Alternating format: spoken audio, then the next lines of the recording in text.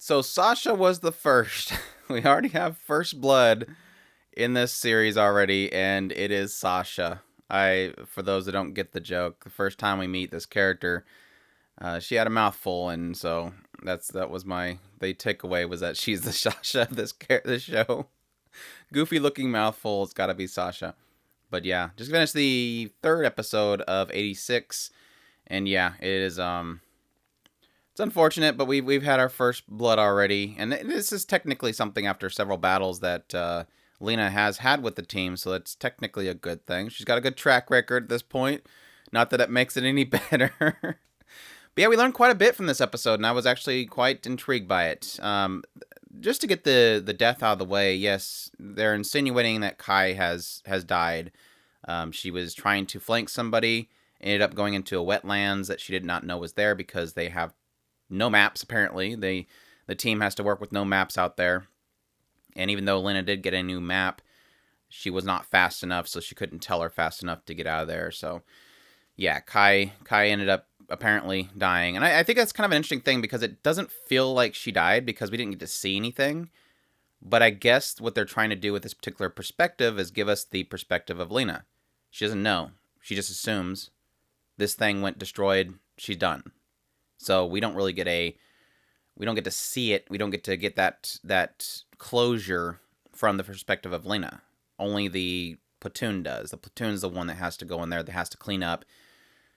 Unfortunately, give her mercy if she needs it, but that's the perspective we're getting, is that all she hears is what she hears, and that's it. Maybe the comms themselves give some kind of indication that it's been cut off, but yeah, and that was a little unfortunate because we've obviously had Kai, and it's one of those things where they technically were establishing it at the very beginning. They had, I believe it was, I don't have his name up here, the one that draws, was upset at the very opening sequence, and so that obviously I didn't know who was writing that particular thing, but assumed it was Kai just based on how this story was playing out. That was her unit that was blown away at the very beginning with that flash forward, but. Yeah, doesn't make it any better, but yeah, it was kind of upsetting though because they were pretty much establishing that this is like the first person in their platoon that actually seems to like Lena in some way. That is obviously, reaching out that hand of truceness that the rest don't seem to want to do quite yet. But it did kind of open up a really nice outro for this episode. Just that excellent voicing work. That frustration and anger that you could hear in the voice was just pure. They did an excellent job recording that session. Just an all-out rant of, you don't understand us, you act like you do, you're over there in your high horse basically, and you act like you care about us, but you don't even ask us our name, and you don't do anything to help us, which is kind of an unfortunate thing. It's like, yeah, I would think that if Lena could just go over there to the leadership and say, hey, stop this, they're not going to listen. But it does give the idea, okay, well, if you're upset about what's happening here, why don't you do something about it? And obviously, we're probably going to get to that point where Lena obviously does something for them. But as it stands now, Lena's not doing anything for them. She's upset for them. She cries for them. She doesn't like what's going on, but she doesn't do anything for them. So she's kind of a hypocritical in that regard, and that's what they're kind of pointing out in that particular scene. It was also interesting. They showed in Kai's conversation with Lena, she kind of points out the fact that not all the 86 are good people too, and she said that when she was young and in a different camp, she was the only one of her race is rare, and even for her in the 86, she faced something. She said something went down in her previous camp, so obviously, her being the race she was seen as lesser than what was even the 86, and she was treated with some kind of racism, so they were kind of pointing that out. Didn't get fully through it, but she mentioned that she met Good Alba, or she knows somebody that met Good Alba, and she looked at the person that's drawing again. I should have got his name up here, but so obviously we're probably going to get something out of that.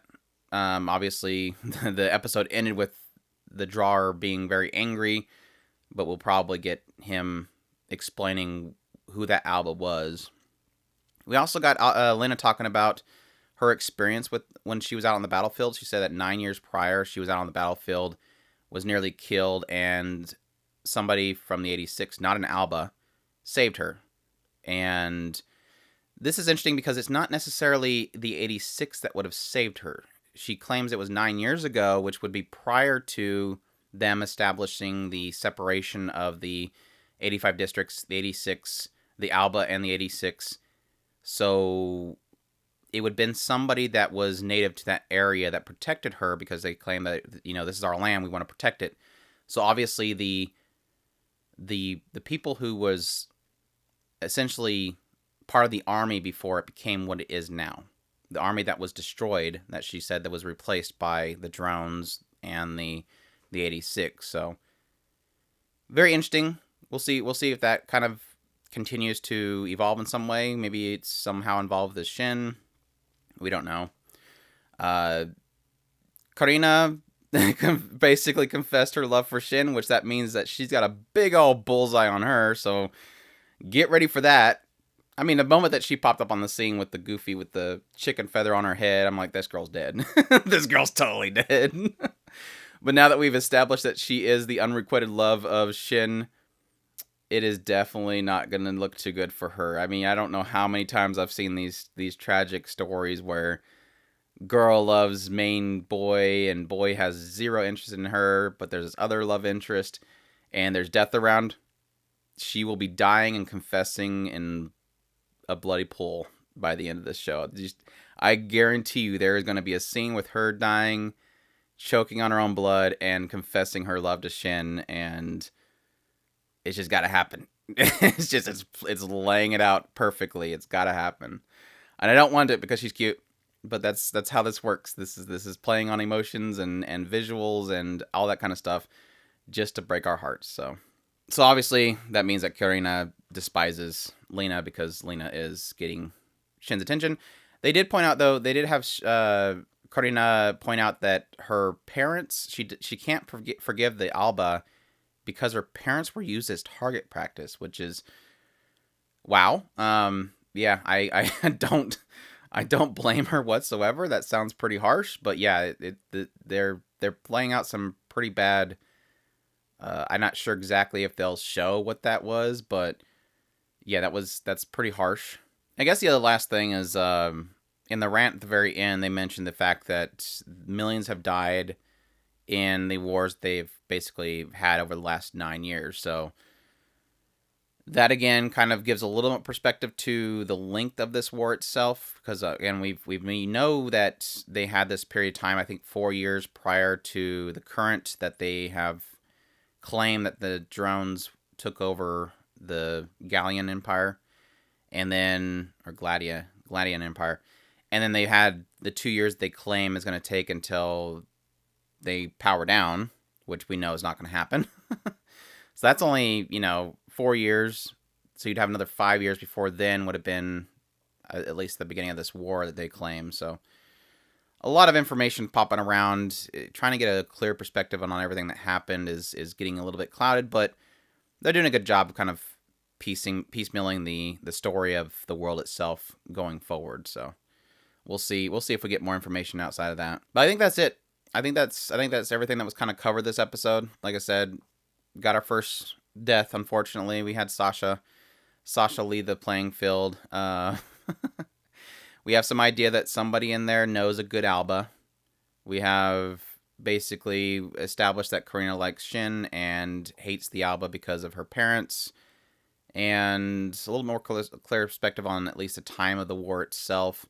Also, really a lot of emphasis on, again, the lack of equipment that these people have. Not even having proper maps is pretty bad. They're kind of being thrown out there with nothing, which does beg the question: do they not have maps because they don't want the 86 to know how to get out of there? Is it one of those things where they kind of prevent fleeing with lack of information? I don't know. I mean, you could probably get away either way, but it is kind of establishing possibly them having misinformation to prevent them from leaving. Because like I said before, we don't really have an established reason of how they don't have a means of escaping. Is it, again, explosive collars? Is it chips? What is preventing them from just turning their guns on the Magnolia and fleeing? So, yeah, great episode overall. Love it. Great Sawano Hiroyuki music. Again, if you like this episode, please leave a like down below. Comment, let me know what you thought of the episode. Subscribe if you haven't already. And I thank you all for watching, and y'all take care.